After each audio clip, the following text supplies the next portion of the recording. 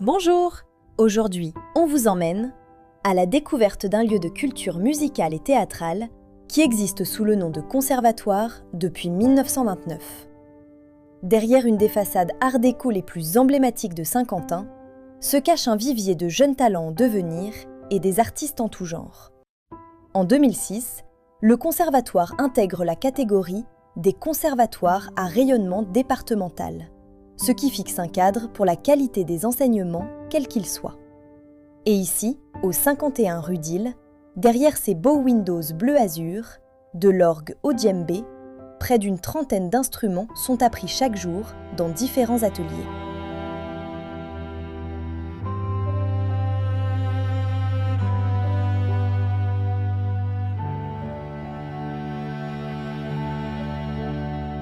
Bonjour, bienvenue au conservatoire.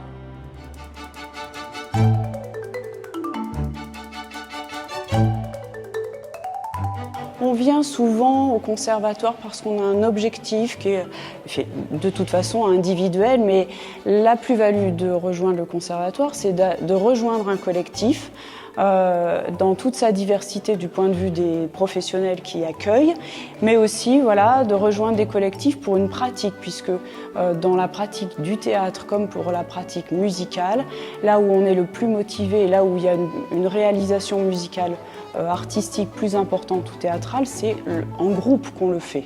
Voilà, on a tous en tête le spectacle de théâtre avec l'interaction entre les comédiens, on a tous en tête, ce qui est le plus connu, c'est peut-être l'orchestre qui se rassemble pour faire sonner la musique.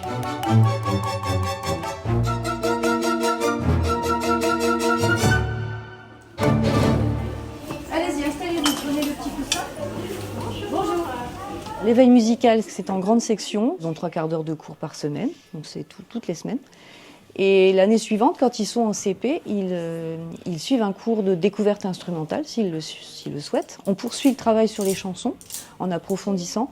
Et en plus, ils ont un contact direct avec les professeurs du conservatoire qui viennent leur présenter leurs instruments et qui aussi les reçoivent pour faire des essais.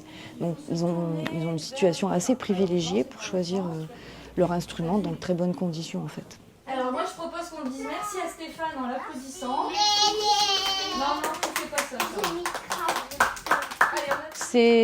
C'est un cours qui s'adresse aux enfants à partir de 5 ans pour apprendre à développer leur capacité vocale, mais aussi à utiliser de petites percussions pour commencer à avoir une appréhension du rythme, développer leur sens rythmique.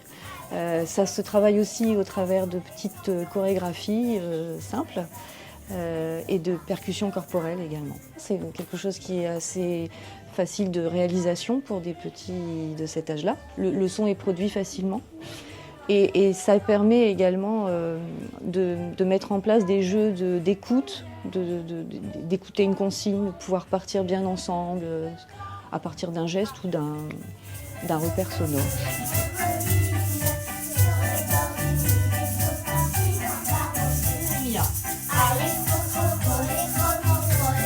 L'objectif de nos séances, tout au long de l'année, c'est de développer les différents paramètres de la musique chez les enfants.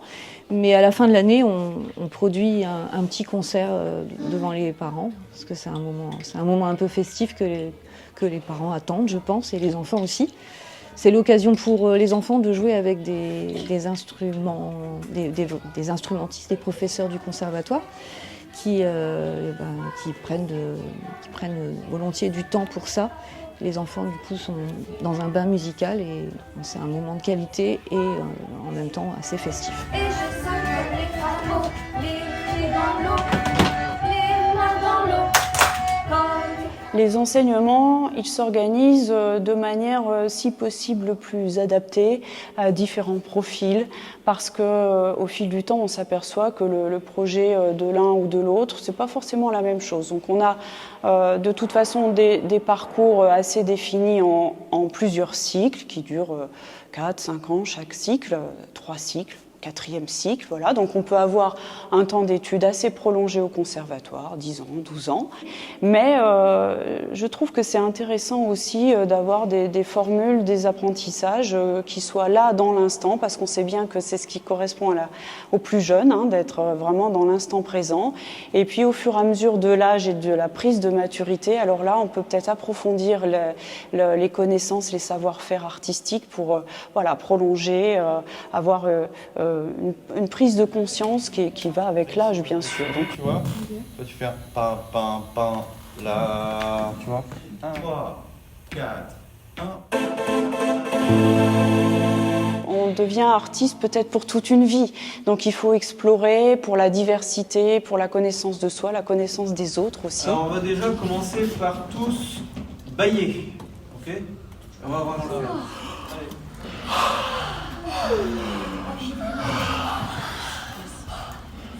Alors j'en vois qu'ils le font pas. Hein. Il faut le faire, il n'y a pas de...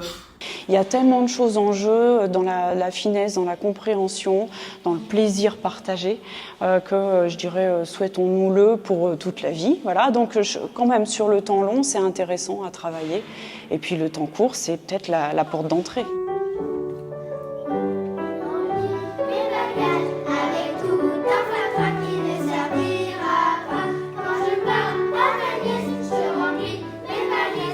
Le chant choral, c'est pour moi une des disciplines les plus importantes pour les enfants parce que c'est vraiment la base de l'apprentissage vocal et la voix, c'est vraiment un instrument de musique que tout le monde a et qui doit être développé dès le plus jeune âge. Notamment quand, par exemple, on est enfant, on chante des berceuses ou ce genre de choses. C'est vraiment la base chez un enfant, la voix. Et pour moi, le chant choral, c'est vraiment un moyen de diffusion et d'apprentissage de la musique plus simple et plus basique. Et j'aime à penser qu'on peut faire apprendre des bases de formation musicale à des enfants par le biais de la voix, du corps, de la percussion corporelle et du coup en lien évidemment avec le chant. C'est une discipline primordiale pour moi. Des habits pour la pluie, un gilet bien douillet et des gants. C'est des exercices qu'on peut piocher à droite et à gauche. J'aime bien commencer avec des échauffements corporels, donc ça peut être aussi se baser sur des échauffements qu'on peut faire en sport aussi, tout à fait, des échauffements au niveau de la respiration, des échauffements ensuite vocaux qui là sont spécifiques au chant, mais on essaye de chercher des échauffements qui sont assez différents et qui sont assez ludiques pour les enfants, avec des petits exercices, des petits jeux, voilà.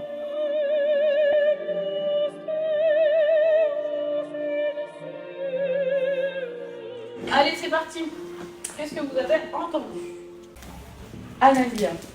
De la flûte, de la flûte. Alors moi je travaille ici au conservatoire et je travaille dans un dispositif de classe à horaire aménagé musique. Quand on la joue comme ça, la flûte à D2. Traversière. Flûte traversière. Oui. Le dispositif CHAM, c'est une classe à horaire aménagé musique à dominante vocale, c'est-à-dire qu'ils n'ont que des exercices et des cours basés sur la voix. Donc c'est des enfants qu'on suit du CE1 jusqu'au CM2 pour le primaire et de la 6e à la 3e pour le collège. Et donc ils ont 3 cours de chant par semaine. Ils ont un cours de formation musicale, un cours de technique vocale, un cours de chorale.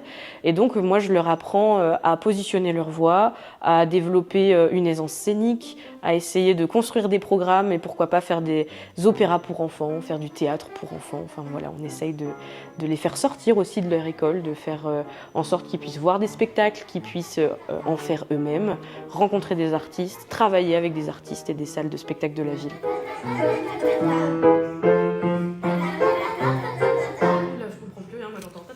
J'écris un projet d'établissement qui vaut pour 5 ans environ, dans lequel on défend l'idée de service public en premier, c'est-à-dire que la pratique artistique doit être accessible à tous. Donc notre projet à l'année, c'est de mettre en œuvre une pédagogie qui permette ça. Donc comme j'ai dit, on a différentes sortes de parcours et à l'intérieur, il faut définir des contenus. Et les objectifs, je dirais, c'est que chacun puisse valider, alors le mot est un peu rabattu, mais valider des acquisitions et que ça soit lisible par tout le monde, qu'il y ait une reconnaissance de ça et que finalement chacun progresse. y compris les professionnels dont je fais partie, pour trouver des nouvelles voies, de l'innovation pédagogique et des façons aussi de s'adapter. On a une société qui nous chamboule, hein. Il y a des transitions à faire, et pour la pédagogie, c'est passionnant de regarder qu'est-ce qui se passe et comment on peut mener de l'exigence et tout en correspondant aux demandes et aux attentes de nos publics.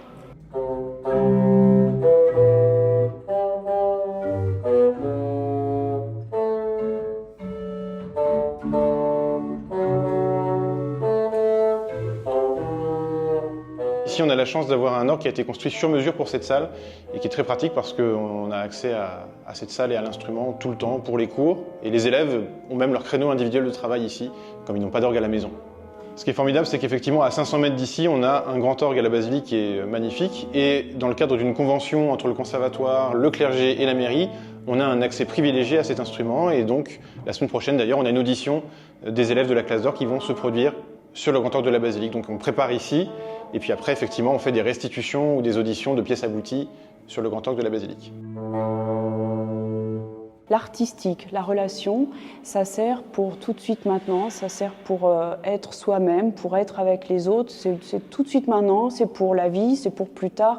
C'est-à-dire qu'on développe par le biais de l'artistique effectivement des compétences, de la connaissance, peut-être c'est une manière aussi de trouver sa place et de trouver un endroit d'expression, qui est aussi tout le champ poétique. Et je dirais que c'est pas tellement au service d'eux, ou alors au service de soi, au service d'être ensemble, je sais pas comment le dire, sans partir trop dans des notions philosophiques, mais il faut y aller. Il faut y aller parce que c'est...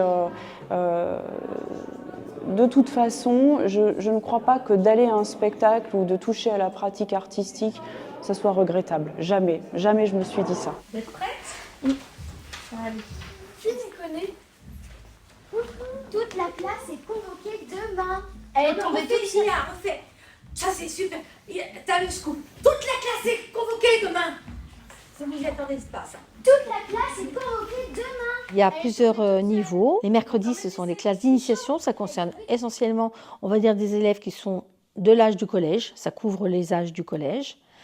Et puis, il y a un cours qui concerne plus les âges du lycée. Et c'est dans ce cours-là que commencent vraiment les cours de théâtre. Parce que selon les textes ministériels, la pratique du théâtre en conservatoire ne commence qu'à partir de 15 ans. On estime qu'il faut une certaine maturité. Donc vous avez vraiment improvisé. Oui. Alors, est-ce que ça s'est passé comme vous aviez prévu ou conçu? Dans le cours de théâtre, on allie à la fois, c'est une pratique collective et c'est aussi une pratique individuelle. C'est une pratique individuelle à l'intérieur d'une pratique collective. Alors qu'on va dire qu'en musique, la pratique individuelle va se faire en cours d'instrument et la pratique collective va se faire dans les ensembles, orchestres ou autres formations. Le théâtre, c'est un art de l'échange, de l'écoute et d'être dans un même bateau pour raconter une même histoire et de porter, d'embarquer le public avec nous. Alors, il est possible pour un élève musicien, instrumentiste, d'assister à un atelier que je mène qui s'appelle Théâtre pour musiciens. Attention, maintenant, cette équipe-là va taper dans les mains sur les chiffres impair, 1, 3, 5, 7. Cette équipe-là va taper dans les mains sur les chiffres pair, 2, 4, 6, 8. Et c'est un atelier d'1 heure pendant lequel je vais donner un petit peu des fondamentaux du jeu. Et puis j'interviens un petit peu au début du cours d'orchestre, l'orchestre des cycles 1, les plus jeunes, ceux qui commencent leur instrument et qui sont quand même lancés dans l'aventure orchestrale assez tôt dans leur formation. C'est parti.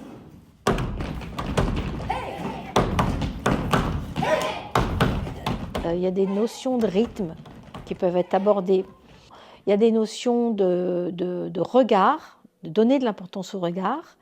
Et ça peut être important pour leur gymnastique de regard entre le chef, le geste du chef et la lecture de leur partition. C'est pas la trompette, c'est pas le tuba. Mais c'est le truc comme ça, là. Le Conservatoire de Saint-Quentin, c'est une structure qui permet la pratique musicale et théâtrale pour tout un chacun.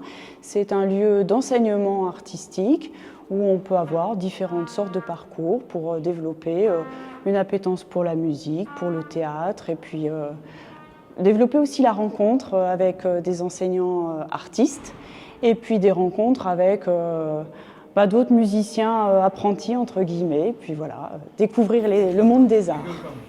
1, 2,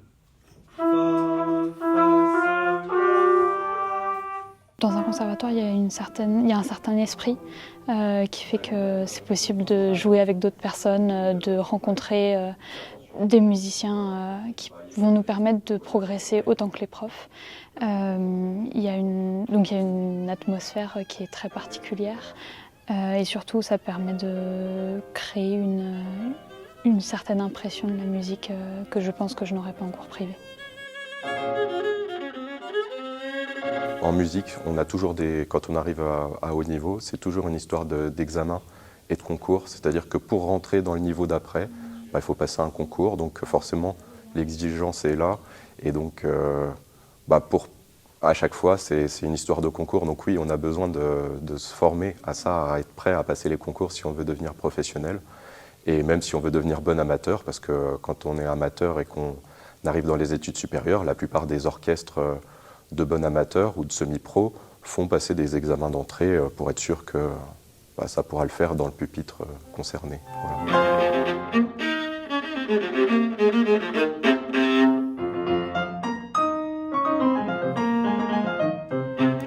Donc là, on arrive à des élèves qui sont en 3e cycle, donc c'est-à-dire qu'ils ont fait au moins 10 années de conservatoire minimum. Donc c'est vraiment un objectif qui se déroule sur le long terme. Et c'est pareil, je pense que quand les élèves en arrivent là, que ce soit de la part du professeur ou de l'élève, on a forcément une volonté de vouloir exprimer cette fin de parcours par passer un examen, en tout cas de montrer un projet personnel, voilà, de ce qu'ils sont capables de faire au bout de 10 années d'instrument. Je ne me vois pas arrêter la musique. L'an prochain, je serai en études supérieures et pour moi, garder la musique à côté n'est pas une option. Et j'aimerais pouvoir justement garder ces impressions que m'offre la pratique musicale et la présence d'autres musiciens à mes côtés. Développer des projets personnels pour intégrer une compagnie de théâtre ou un orchestre musical, c'est ce que permet le Conservatoire de Saint-Quentin, avec, il faut le préciser, une équipe d'enseignants artistes qui sait de quoi elle parle, puisque certains montent des spectacles proposés dans le cadre d'une programmation culturelle. Pour ce projet, en fait, on a eu la chance d'avoir l'opportunité de créer un spectacle dans le cadre de la saison culturelle avec l'équipe du conservatoire. Donc j'ai été missionné pour créer un spectacle et donc en fait j'ai utilisé les ressources artistiques de mes collègues aussi bien au niveau du conservatoire que de l'équipe technique du théâtre pour créer le spectacle qui aura lieu aujourd'hui.